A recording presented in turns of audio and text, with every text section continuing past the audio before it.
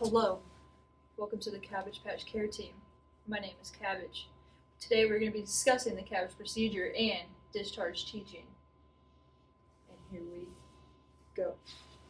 7:59 a.m. Alright, are you ready to take Missy Patch to surgery? Yep. Alright, stop.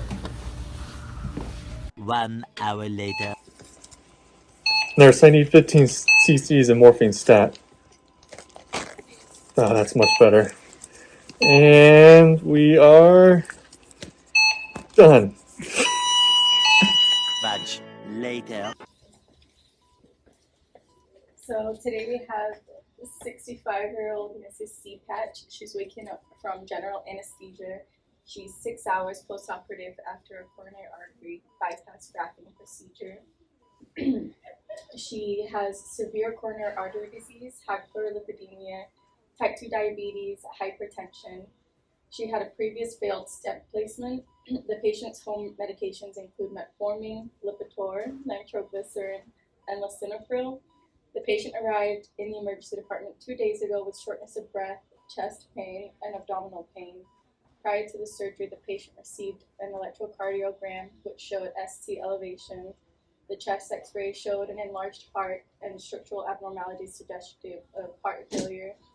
Her echocardiogram showed poor contraction, and her arterial blood gas showed decreased oxygen levels, and her CBC showed anemia, elevated white blood cell count, and hyperkalemia. The cardiologist, Dr. Jake, determined that Mrs. Patch needed a CABG. So her vital signs are stable with a blood pressure of 120/75, heart rate of 80, respiratory of 18, SpO2 of 97% on room air, no signs of respiratory distress or abnormal lung sounds. Pain is controlled with pain meds. Her current pain level is 3 out of 10. Surgical stick shows no signs of infection or abnormal drainage. Incisions appear clean and dry. And her post-op labs, hemoglobin is slightly decreased but within acceptable limits. Renal function and electrolytes are stable. The patient has had 2 liters of IV fluids with 200 milliliter urine output since the procedure. Patient seems a bit fatigued but responsive.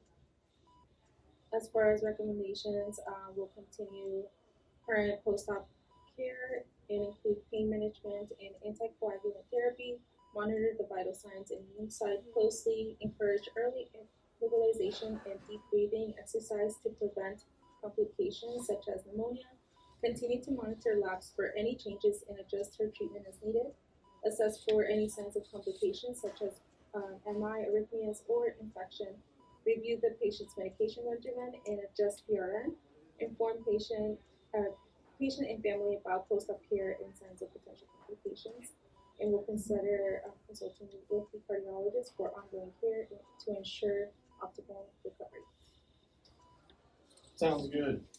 Your surgery was a complete success. Well, that's good. I'm glad you youngsters capable of helping me. I did my best. Now, you're going to be here for about 5 to 7 days. Oh. And I want you to do some deep breathing, moving around. Wound care is going to come in, take a look at everything, make sure there's no infections. Need you to be proactive with looking at yourself. You have the chest incision, you have the outside of the graft site. We'll have you on a medication regime, and that's about it. Okay. I gotta go do more surgeries. Goodbye now. Early the next morning. Hi there. Well, hello, young lady. How are you doing today? I'm a little sore. Yeah. I'm tired. I'm your dietitian, so I'm just here to provide you with some information on the types of foods and the type of diet that you need to be on from here on out whenever you get discharged. So you want to just make sure that you're having a healthy balance of carbohydrate-rich foods. You want them to be high in fiber, such as unrefined whole grains, breads, crackers, and cereals, brown and wild rice. You want to have a variety of fruits and vegetables, at least 5 servings a day. Wow, that's a lot. Yes. Lots of me. Whoa, hello, I didn't know you were there. I'm your emotional support cabbage. Well, it's nice to meet you. You also want to have low-fat dairy products, eat lean meats. You want to make sure you're getting a lot of protein in for your wound healing, because if you eat a lot of protein, it'll help heal those wounds. Make sure that you're eating at least fish twice a week, because that's really good.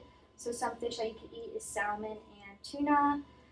You want to have a less than 300 milligram cholesterol per day. There are some apps.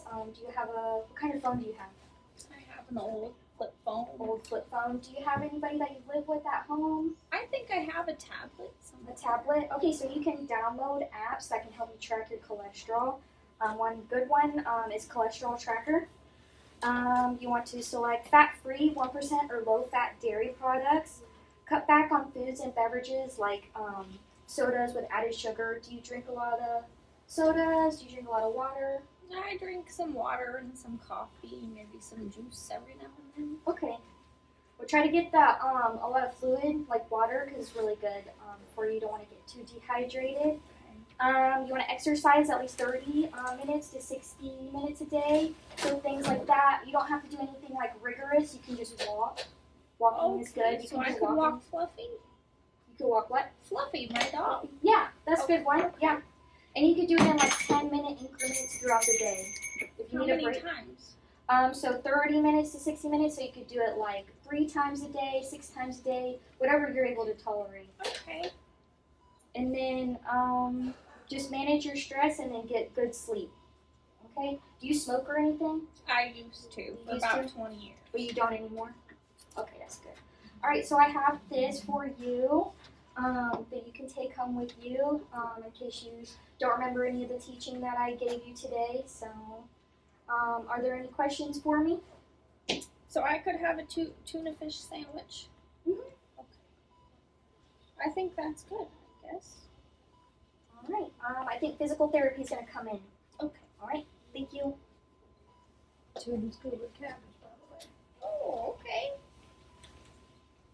12 o'clock midnight. Hello, I'm physical therapy, Well, hello. and I have instructions to get you out of the hospital and get you healthy. Awesome.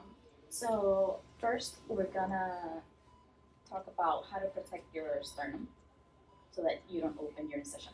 So you want to make sure that it's very important that you cough, deep breathe for respiration. So you want to splint, if you want to try, to hold your chest while you cough and deep breathe. Good job. Also, don't use your arms when you're lifting from the bed or your elbows. That's very important. And then you're not gonna lift more than 8 pounds when you're in your home. Okay. So Fluffy's about 7 pounds. Can I lift him? you shouldn't at the beginning. Okay. Yeah. So you can put a leash, and then you're gonna walk, starting with 5 minutes. If you rest for an hour and feel good, you add another minute. Oh. So you build resistance. Okay. And also no chores, no mopping, nothing that's could injure you. Okay. So, also try to do when you bathe and when you do all your morning care or night, just always allow time to rest, and you'll build strength and resistance throughout the time. Okay. Do you have any questions? I thought I had one, but I lost it. So. So I am gonna leave this with you. If you have any questions, you have our phone number, and also call us with anything and tell us how the cardiac rehab goes for you, which Okay. we'll be going to after. Okay. Okay? It was nice meeting you. Thank you. Nice to meet you too, young lady. Very good. 4 to 6 more days later. Mrs. C. Patch lived out her final 10 years, following a strict diet and exercise regimen, but she soon met Dr. Fabio and traveled off to Paris. We soon then got a report in the obituary saying she died of polypharmacy and hardcore partying. R.I.P. C. Patch.